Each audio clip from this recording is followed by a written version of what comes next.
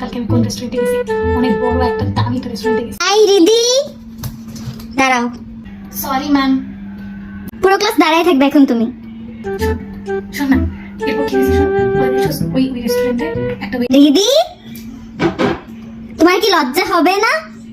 দাঁড়িয়ে দাঁড়িয়ে কথা বলতেছে, যাও আমার ক্লাসরুম থেকে বের হও, যাও। শোন, আমি তোকে পুরো কাহিনী পরে এই যাও, মাঠে যেয়ে দাঁড়াও, যাও। যাও, রোদের মধ্যে দাঁড়িয়ে থাকবে, যাও। বলি তো নাই, পরে ওই কাহিনী শুনবি না।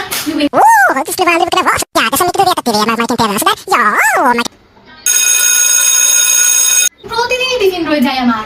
সামনে তাকা, আমার আরে সামনে তাকাই কথা বল। আরে আমার কথা তো আগে শোন তুই। কালকে বাসায় দাঁড়িয়ে দাঁড়িয়ে দাঁড়িয়ে দাঁড়িয়ে le dato sempre che io di che sono এই দিদি, দাঁড়াও দাঁড়াও, এই মাথায় ব্যান্ডেজ নিয়েও তোমার শিক্ষা হয়নি তাই না? তুমি তাও কথা বলতেছো, যাও বের হও, রুম থেকে বের হও।